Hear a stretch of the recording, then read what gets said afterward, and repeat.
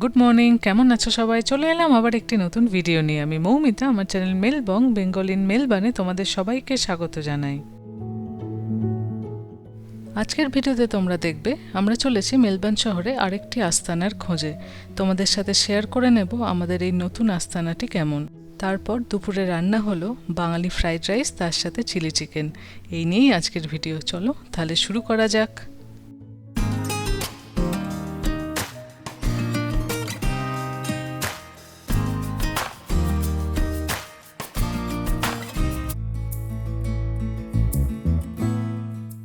কথাতেই রয়েছে গেঁয়ো যোগী ভিক পায় না। আমাদের পাড়ার রেস্তোরাঁটাও আমাদের কাছে সেই রকমই। আমরা প্রত্যেক শনিবার রবিবার মেলবার্ন শহরের ইতিউতি কত জায়গায় যাই কফি খেতে, কিন্তু আমাদের পাড়ার এই রেস্তোরাঁতে একেবারেই যাওয়া হয় না। তাই আজকে ঠিক করলাম আজকে এই রেস্তোরাঁটাতেই যাব। এখানে দারুণ সুন্দর সুন্দর স্যান্ডউইচ এবং অন্যান্য খাবার পাওয়া যায়, কিন্তু ওদের কফিটা খুব একটা ভালো না বলে এখানে আসতে খুব একটা ভালো লাগে না। কিন্তু ওদের পেস্ট্রির কালেকশন অসাধারণ। এই ক্যাফেটির নাম হলো সালোমেনেস্তে। এদের খাবার দাবার দুর্দান্ত। প্রত্যেকটি খাবারের চেহারা দেখো, খুব সুন্দর দেখতে।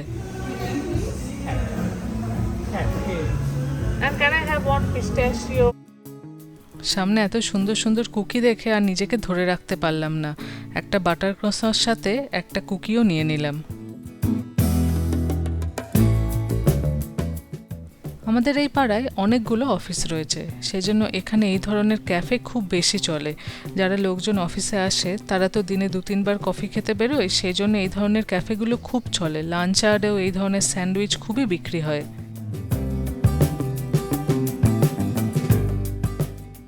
এই পিস্টাশিও কুকিটা দেখো, কি সুন্দর দেখতে। শুধুমাত্র গুঁড়ো গুঁড়ো পিস্টাশিও না, বরং চাংসও রয়েছে। খেতে আশা করি ভালোই হবে। টেক্সচারটা তো খুব সুন্দর।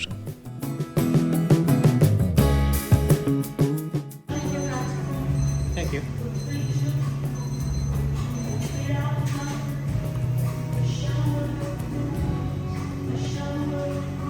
দুবাই চকলেটের থেকে ভালো। Italian people. Morning, how are you? Oats তো আছে, ভালো খেতে মালটা। অনেক পিস্টাচিও আছে। এই বাটার ক্রসানটাকে বলেছিলাম গরম করে দিতে, গরম করতে গিয়ে ব্যাপারটা চেপে গেছে। দেয়ার ক্রিস্পি ব্যাপারটা চলে গেছে। এইভাবে গরম করলে খেতে ভালো লাগে না। কফি আর ক্রসান নিয়ে এসে জলের ধারে বসলাম।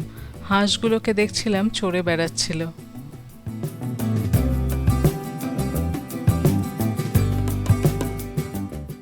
এখন 11:30 বাজে।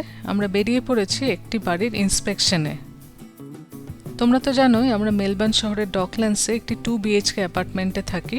আমাদের অনেক দিন ধরে ইচ্ছে হচ্ছিল আরেকটু বড় জায়গায় মুভ করার। মানে যদি 3টে বেড হয় তাহলে কোনো লোকজন, বন্ধুবান্ধব, বাবা মারা এলে থাকার খুব সুবিধে হবে। তাছাড়াও আমাদের যখন ওয়ার্ক ফ্রম হোম হয় তখন তো বাড়ি থেকেই কাজ করতে হয়, সেই হিসেবে 3টে বেডরুম হলে ভালো হয়। কিন্তু স্বাদ হলেই যে সামর্থ্যে কুলোবে তার তো কোনো মানে নেই। মাঝে মাঝে বিভিন্ন পোর্টালগুলোতে দেখতে থাকতাম কোথায় কি অ্যাপার্টমেন্ট আছে, 3 BHK অ্যাপার্টমেন্ট আসছে। আর বিশেষ করে সিটিতেই যেহেতু আমরা থাকতে চাই এবং ডকল্যান্ডস আমাদের খুবই পছন্দ, তাই এই এরিয়াতেই আমরা দেখছিলাম। আমরা ডকল্যান্ডসে যে দিকটায় থাকি এটা হচ্ছে তার উল্টো দিকটায়। উল্টো দিকে আজকে যে অ্যাপার্টমেন্টটা আমরা এখন দেখতে যাচ্ছি, আমরা আগে একবার এসে দেখে গেছিলাম। খুব ক্যাজুয়াল ভিজিট ছিল। প্রথম ইন্সপেকশন যেদিন হয়েছিল সেদিন এসেছিলাম এবং দেখেই আমাদের খুব পছন্দ হয়ে গেছিল। আজকে আমরা সেকেন্ডবার এসেছি, তাই তোমাদেরকেও সাথে করে নিয়ে এলাম। এই যে বিল্ডিংটা দেখছো, একটা ডান দিকে হেলানো একটা বাঁ দিকে হেলানো, এরই 32 তলায়। এই বিল্ডিংয়ের সামনের দিকটাই খুব সুন্দর একটা মাঠ রয়েছে। চলো এবার বিল্ডিংটার মধ্যে ঢোকা যাক। নাম হলো মারিনা টাওয়ার। আজকে আমাদের সাথে সুমন্তও এসছে দেখতে।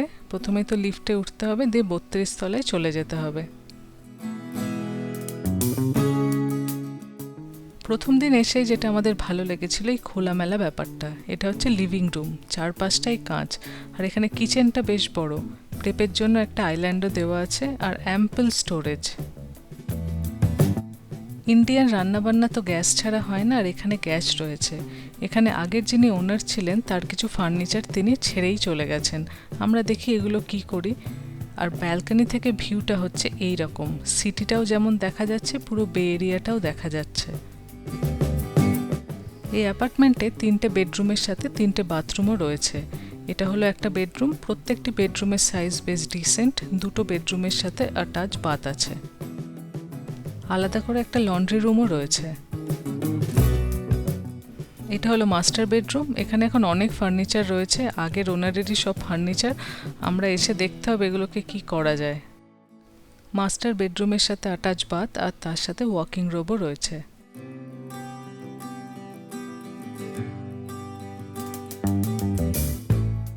প্রত্যেকটা বেডরুমে একদিকের ওয়ালটা পুরো কাঁচ এবং সেখান দিয়ে বাইরের ভিউটা ঠিক এই রকম। প্রত্যেকটা রুমেই দারুণ সুন্দর ভিউ রয়েছে। তবে সব থেকে ভালো হচ্ছে এই লিভিং রুমটা। চারপাশে এত সুন্দর কাঁচ, এত সুন্দর ভিউ দেখা যায় বাইরেটায়, আর পাশেই রয়েছে ঠিক এই বেডরুমটা। এই বেডরুম থেকেও দারুণ সুন্দর ভিউ দেখা যায়। এই যে সামনে সিটির দিকটা দেখছো, এটা হচ্ছে ইস্ট, মানে সকালে সূর্য উঠবে এটা দিয়ে, মানে সূর্যোদয় দেখা যাবে। আমরা মেলবার্নে আসার পর যে অ্যাপার্টমেন্টগুলোতে থেকেছি সেখান থেকে কখনোই সূর্যোদয় দেখা যায়নি। এখন যে অ্যাপার্টমেন্টে থাকি সেখানে তো রোদ পাওয়া যায় না বললেই চলে। খালি গ্রীষ্মকালে একদম বিকেলবেলা অল্প একটু রোদ পাওয়া যায়। তাই রোদেরও একটা চাহিদা আমাদের ছিল যে এমন কোথাও যাব যেখানে ভালো রোদ্দুর পাওয়া যাবে। এটা যেহেতু 32 তলা, অনেকটা উপর থেকে চারপাশটা দেখা যাচ্ছে, সেই জন্য অনেক দূরের ভিউও কিন্তু পাওয়া যাচ্ছে। চারপাশটা দেখতে অত্যন্ত সুন্দর লাগছে। আমাদের আজকে আধ ঘন্টা টাইম ছিল দেখার, মোটামুটি আধ ঘন্টা টাইম শেষ। এবার বাড়ি ফিরতে হবে। আজকে শনিবার দুপুরে ফ্রাইড রাইস চিলি চিকেন বানানো হচ্ছে। এখানে রাইস তৈরি হচ্ছে, সব গোটা গরম মশলা লেবু টেবু দিয়ে ফুটছে। এখানে চিলি চিকেন ম্যারিনেট করা হয়েছে, ভাজা হবে। সৈকত চিলি চিকেন বানাচ্ছে আর আমি ফ্রাইড রাইস বানাচ্ছি। আর একটু গরম হবে, হয়ে গেছে। এখন চিলি চিকেন ফ্রাই হতে যাচ্ছে।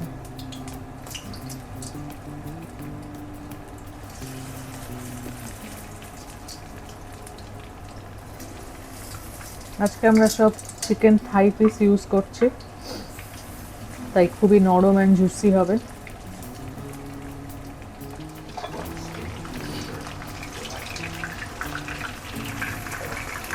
এক পিঠ ভাজা হয়ে গেছে।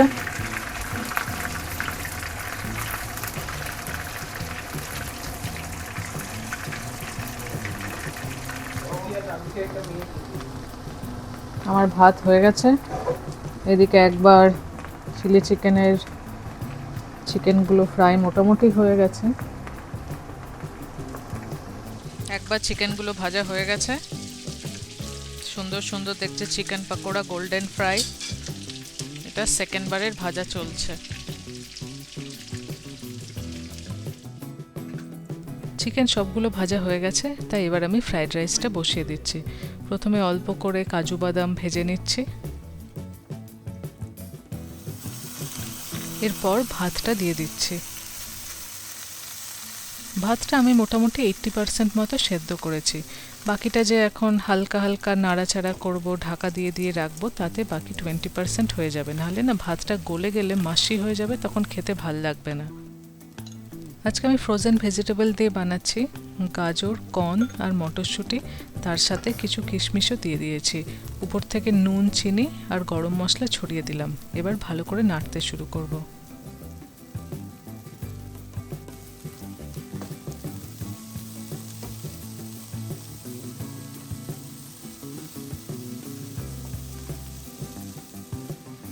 মোটামুটি নাড়াচাড়া হয়ে গেছে, এবার উপর থেকে অল্প ঘি দিয়ে দিলাম। আমার ফ্রাইড রাইস রান্না হয়ে গেছে। সৈকত এবার চিলি চিকেন বসালো। প্রথমেই তেল, তার উপর দিয়ে দিল রসুন, কিছুটা সিজওয়ান পেপার আর কয়েকটা লঙ্কা।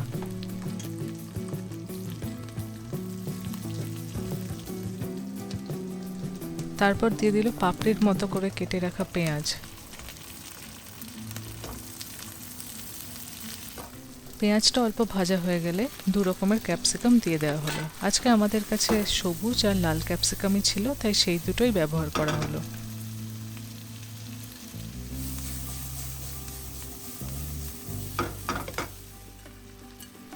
এরপর কিছুটা বাদাম আর একটা সোয়া সস আর হোইজিন সসের মিক্সচার দিয়ে দেওয়া হলো।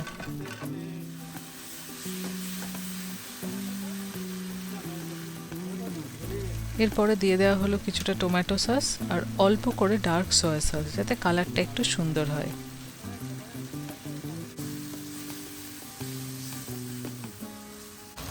চাইনিজ স্পাইস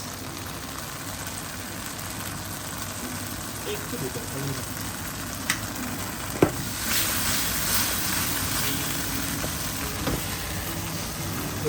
এগুলো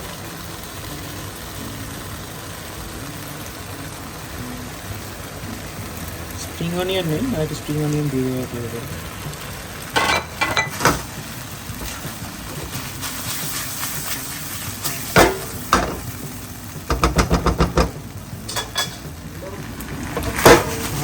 রেডি, গ্যাসটা বন্ধ করে দিই।